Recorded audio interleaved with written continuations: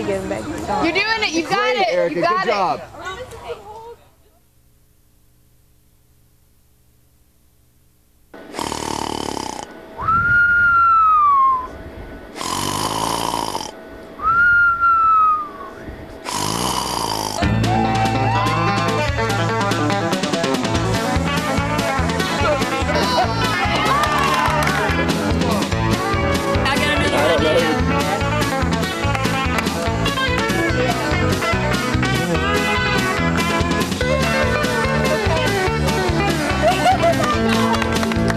Challenge is experiential education.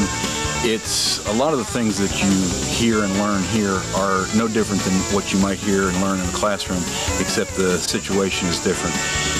Instead of using flip charts, we're outside in the woods, and the advantage of this is that we fully engage each of the participants. Part of what's different about this is it's based on the idea that people learn best by actually doing, and it's a non-traditional, non-indoor classroom approach to some very traditional concepts. So people have fun, they learn while they're having fun, they learn by way of analogy, so they're doing these things, and then often after they do these things, we point out what they've actually accomplished. We've learned a lot about each other, a lot about new processes, about trying new things and succeeding. With all of these students work for the same company, what we're really looking for is a sense of a cohort. They work in different departments, they work in different divisions, they don't work with each other every day, but this gives us an opportunity to create a group across the company that knows each other well, knows their strengths and weaknesses, knows who they can lean on and depend on. And how about Marty saying, he was at the back and he's saying, all I could do was hold on.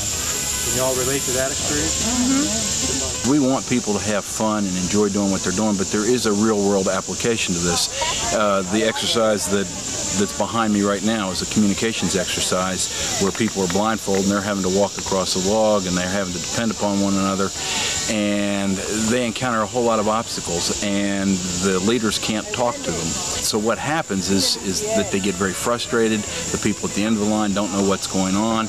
Taking that back to the real world, many times in a business, people at the back of the line, or the ones that are the closest to the floor production, maybe don't understand fully what is going on at the front, and so you got a real problem with communications. And so what we're trying to teach them through this exercise is that you got to be able to communicate up and down the line, and if you have that smooth communications and it goes from the top to the back, then people feel more comfortable and it works better.